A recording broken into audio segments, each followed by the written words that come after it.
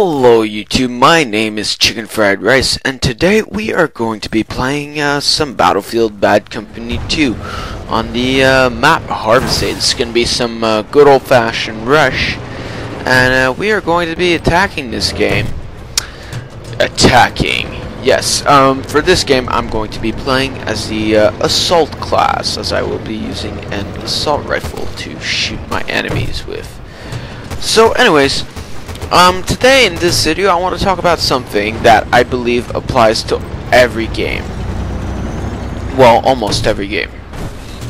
I believe that for every game you play, you have what you call a favorite map. There's like a tree on top of my tank there for like 10 seconds. Anyways, yeah, for every game you have, or mainly for FPSs, or like, yeah, FPSs in general, you usually have what you call your favorite map. And it can be your favorite map for multiple different reasons. Sometimes people will say their map is their favorite map just because they're good on it, or just because it's fun, or just because it has a certain feature that makes it that much unique. My favorite map is Isla Inocentos. It's the one with the small island, and it's a rush map. My second favorite map, well, you're looking at it. It's Harvest Day. Now, why do I like Harvest Day so much? Harvest Day is just an awesome map because you have an even amount of vehicles on both teams, and then what I love about vehicles is I love being a very useful engineer for my team, which I just love putting a tracer marker and taking out a tank or a helicopter just like that, just to kick some ass. And that's what I'm good at. Like, if there's one thing I'm really good with vehicles, is legitimately taking out vehicles. It's the one thing I'm good at. That, and I'm pretty good at going around enemy lines with an ATV. That's pretty fun too. But Harvest Day's got so many things. The fact that it's just this huge field and then this little village that you have in front of this huge shield where tanks can just come blazing by, and both teams gets tanks. The attacking team gets 3 tanks, but the defending team gets 2 tanks, which I find is fair because the defending team has those rocket launcher posts and all that, and you're the one attacking, so you're putting yourself out in the open. The one flaw, if I had to say the one flaw on this map, which is the reason why the attacker's side spawns with like 20 vehicles, is that there really is no cover. So you can't really move in as an infantry, except if you go by the riverbed. Besides for that, on this map, you can't just run into the field and then hope that you don't get shot, because you're in the middle of an open field and you're not in any form of armor or cover. And there is no cover if you're attacking, except for this like little one building that I found in the middle of nowhere. There is almost no cover for the attacking side on this map for the first objective. Yeah, I'll call it the first objective. That sounds fair. So anyways, here, taking a swim in the creek, you know, taking a swim. Now, here's something that's really makes this map awesome. I already said the vehicles, but this is a crazy sniper map, which is like Battlefield has a lot of people that just all they do is play recon, not quick scoping. This game is purely hard scoping, and this map is literally designed for people that want to hard scope other people all the time. And what I mean by that is the fact that it's huge open fields gives snipers a clear line of sight, which means you can have like 50 versus 50 snipers on this map, which actually happens. Although you can't even have 50 player servers. Often you can have I would say at least good 5 snipers per team, all spread out, and they're all like shooting at each other and infantry they see. It's a really good sniper map, and you guys say, well, snipers suck because you're walking. No, I know, but that's the point. You're in open field, so what you gotta do is get in close quick using your vehicles. What you have to do when you attack on this map is you literally want to bum rush it. You just want to get in your vehicle and get in their base. It's funny, the medic didn't even see me when I was right in front of his face. That's sad when that happens to people. Anyways, so yeah, this is my favorite map. Iceland and Sentis is my other favorite map. But in Battlefield, I actually like almost all the maps, which is rare for games, because usually in games you always have that one map that you always hope that you're not gonna have to play. Like for me on Call of Duty Modern Warfare 2, that one map that I never ever wanted to play, or else I would totally get fucked, and I knew I was gonna suck on it, was Wasteland. I hated Wasteland. If there's one map I knew I could dominate on, would be Favela and High Rise. Those were my two dominant maps. I was a very close quarters player in Call of Duty Modern Warfare 2. Those are the maps where I would literally murder everyone and everyone would be like, holy shit, this guy's insane. Yeah, I don't know what happened right there, but every time a computer, I said this in the last video, but every time a computer joins the bandwidth on my internet network, I seem to get a lag spike, and then it goes away after a while. But like right there was a good example of that lag spike, right? Just like was going straight ahead 1 second, and then I bashed into a wall. So you know, right here, just bashing into random walls again. You know, the usual. Now right here's what I mean by this map is all about being able to go around with your vehicles.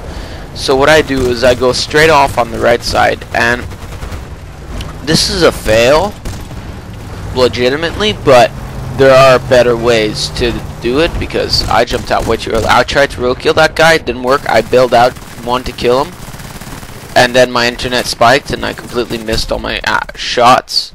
But you know, under better circumstances, I'm fairly confident in my ability to kick that guy's ass.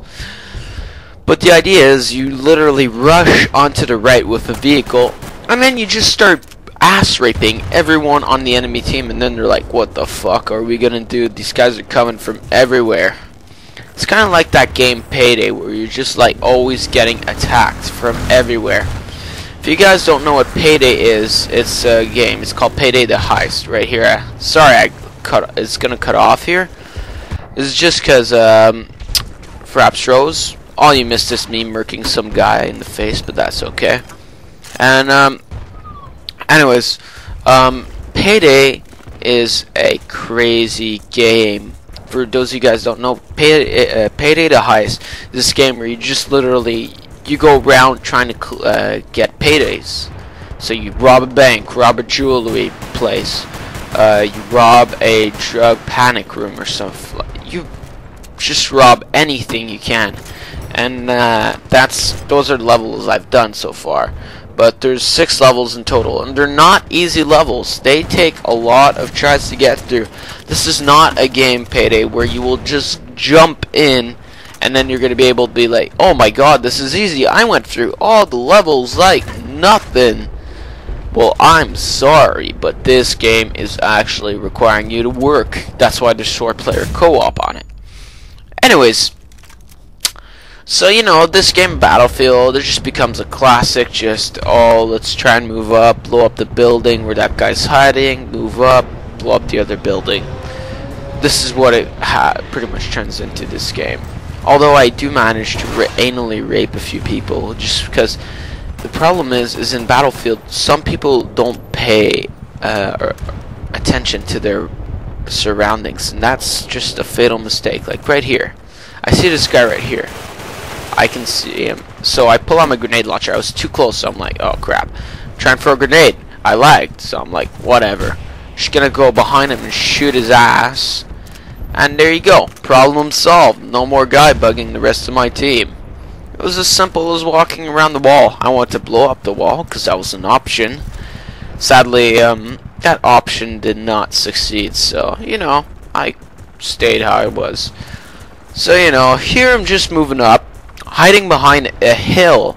You'd be surprising how useful hills are on this map, because it's pretty much what you're hiding behind for 3/4 of the map.